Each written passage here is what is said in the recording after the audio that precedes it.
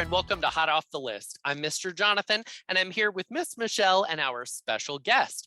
Bob Shea is an award-winning author and illustrator of some of the most beloved children's books in print today, including the Ballet Cat series, the Dinosaur Versus series, and Unicorn Thinks He's Pretty Great. Bob has worked with Comedy Central, Nick Jr., and DreamWorks, and was the designer of the PBS Kids logo. He lives with his wife and son in a yellow house with a beaver who lives in the backyard. He and his family love pizza, though Bob failed to mention on his website if the beaver likes pizza too. Today, we're discussing Chez Bob, Bob's picture book about an alligator who decides to open a restaurant for birds so that he can eat them. Hi, Bob. Hi, how are you? Wonderful. Thanks for joining us today. Thanks for having me. Thanks so much. So congratulations on being part of the Sunshine State Young Reader Award Junior list. What does it feel like when you find out that you're going to be on a list like that? Oh, it's always great. It's a nice surprise. I try not to think about those things too much. I just sort of write my books, but it reminds me that when they leave my studio, that these books actually reach some readers and people enjoy them, which is really nice. It was a nice honor. Wonderful. Well, we're excited to have you on the list. And one of the things I love so much about all of Florida's lists is that the winners are always chosen by the students of Florida. So we hope that they will all pick up Chez Bob and get reading with that. I know they're going to love it as much as we do. Thank you. Those are my favorite ones to hear about, is when the kids decide. I like that the best. The books are for them. Aw. So I used to work at a public library doing story times, and I found that your books lend themselves very naturally to funny voices. And I'm wondering, when you're writing them, do you hear distinct voices for your characters? You know, that's a really good question, because I've heard people read my books aloud, and it's always a nice surprise because I don't hear them in voices in my head. The voices are in my head are never as entertaining as what a storyteller would do, or someone reading to kids. Because in my head, they're all very, very dry.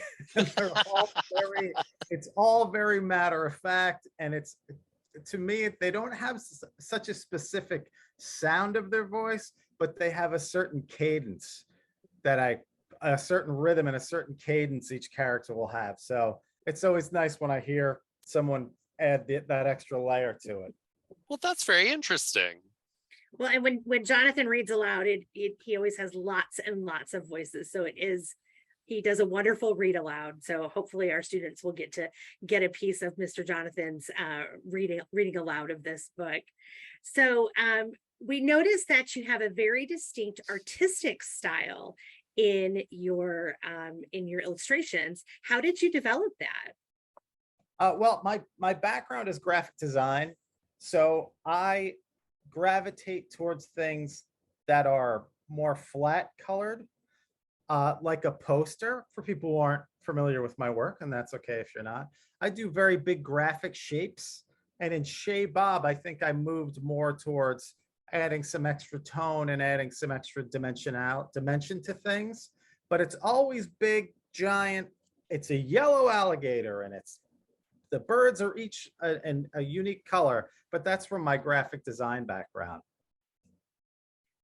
I love that, because I always feel like your books, I see them on a shelf and I know before I even get too close, I'm like, that's a Bob Shea book. So that's great. Yeah. I try to make the covers look like posters.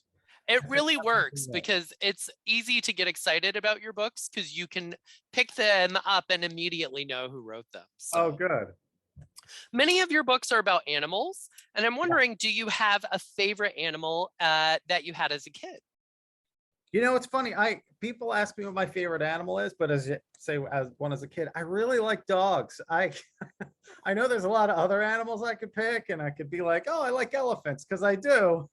I like elephants and stuff, but mostly I like dogs. I love them. I think they're just funny and sweet.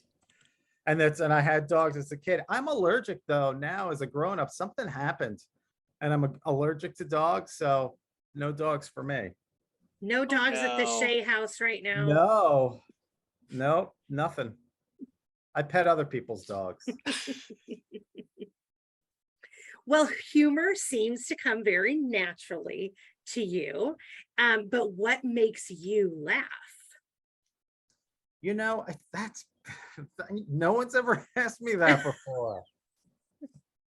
I laugh at very absurd, dry things that I don't think other people find particularly funny.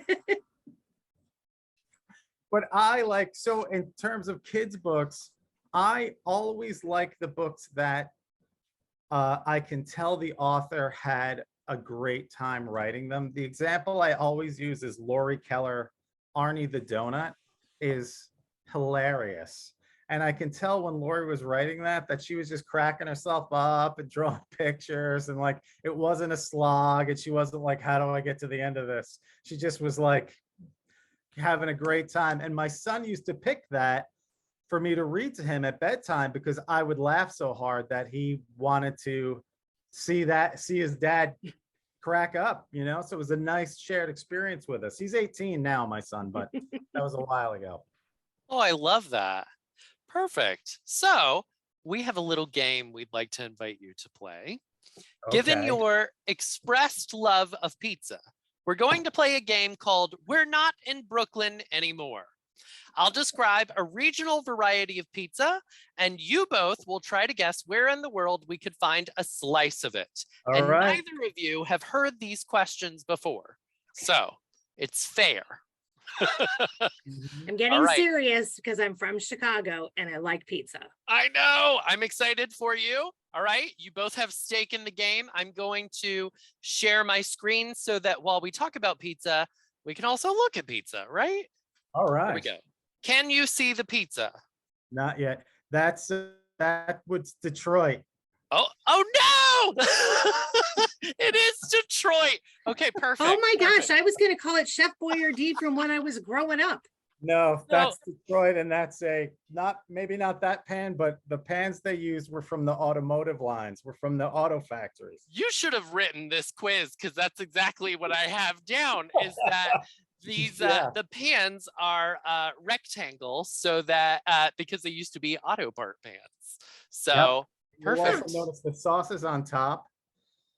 Yeah. Yeah, and it's a mixture of mozzarella and cheddar cheese. Bob Shea knows his pizza. This was a good game to play. All right. So pizza number 1 is from Detroit. Pizza number 2 has an unleavened cracker-like crust that is crispy and sturdy enough to be loaded with toppings. To be true to its region, it must have Provel cheese, which is a combination of cheddar, Swiss, and provolone. Any guesses where this pizza might be? I have another hint if you need. Yeah, I've seen pizzas like this, but I didn't know it was a regional This thing. pizza pairs well with toasted ravioli. So is it from Sicily? Oh, no, it's an American pizza. Oh. And it's almost like a cracker. It to me, it looks like it's from California for some reason. That's a good guess. That's a good guess. Any guess, Michelle? It's got bacon on it. With a cracker and ravioli. Toasted ravioli. It might be, we might be talking about New Jersey. These are both good guesses. I'm going to spoil it for you. Go ahead. This is actually a St. Louis specialty. Oh, I've no. I've been to St. Louis, but I wouldn't eat pizza when I went there. I haven't had it. Apparently you need to, because apparently it's a whole thing. And this pizza, I've heard people either love it or hate it. So I find with pizzas like that, as long as you don't assume that it's pizza, it's much more delicious. That's the key. Look, it's just round food, and then it's just really good. You know what I mean? But if you're expecting pizza and it's different than the pizza in your head, you're gonna mess it up. That's true. So 1 point for you guys, 1 point for me. I've stumped you on one. Pizza number 3, also known as bakery pizza. This pizza, hailing from the smallest state in the country, is a strip of focaccia bread with a spicy tomato sauce. Dairy lovers might be left wanting, though, because the bakery pizza is served without cheese. I Rhode know. Pizza. I've never seen it before. Yeah, I'm gonna go with Rhode Island. That is the smallest, right? It is. It's Rhode Okay. Island. Bob said that also. Yeah, but I didn't know neither- it was the pizza. Neither one of us would eat this. No, I might no. eat it as an appetizer. Yeah, I've seen similar in like Italian delis, and I'm from Connecticut. I'm in Connecticut right now. But at the same time, I never would call that pizza. Correct. I Again, would eat it. It is not pizza. That is a piece of bread with sauce on it. right. I it's like, think oh, we're that's getting very delicious. controversial. People in Rhode Island are going to be like, it's pizza. No, they're That is pretty bread cool. with sauce. They'll be All right. fine.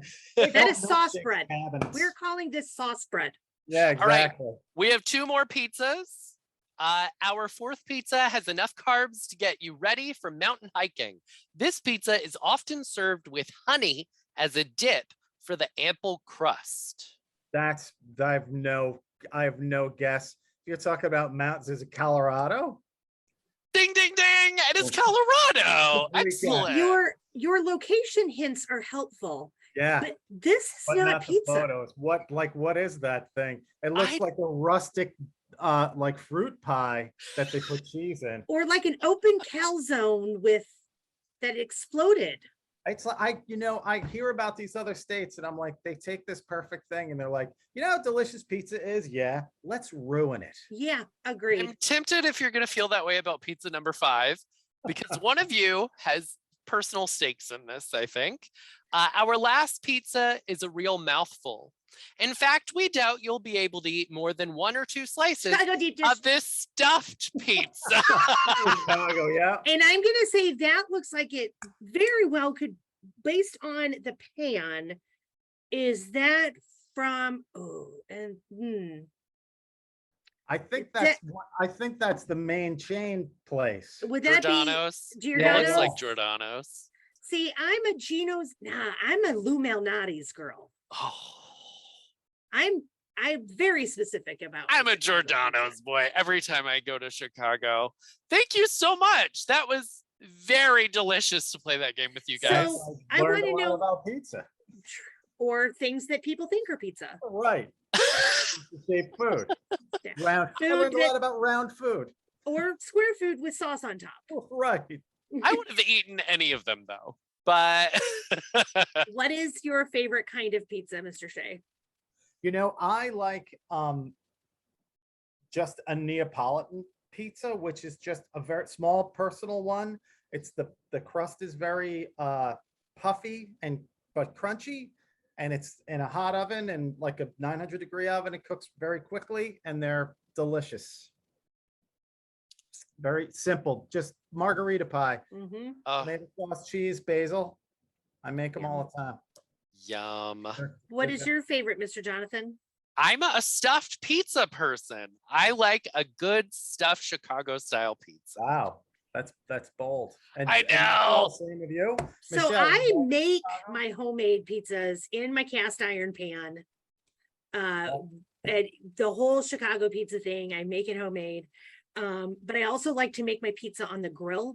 So we do like homemade pizza night at the house, and the kids, everybody, I make up the dough and then I roll it out and then we put it on the grill and get it tasty, flip it over, and then everybody puts their own toppings on it. You put it back Oh. on the grill and it melts the cheese. And so everybody gets their own piece of what they want. But pizza, there's never been a bad piece of pizza. Yeah, it's I'll eat any of it.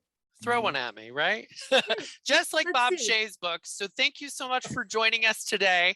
If you have not read this, it is, to me, the funniest book on the Sunshine State list this year. Lots of those books tug at your heartstrings. This one tugs at your funny bone. It is so silly. And then at the end, I was like, oh no, am I tearing up? Is it sweet? What's happening? So thank you so much for the wonderful books you've written over the years. And thank you so much for joining us today. Thank you. That was really fun. Thank you. Bye. Bye.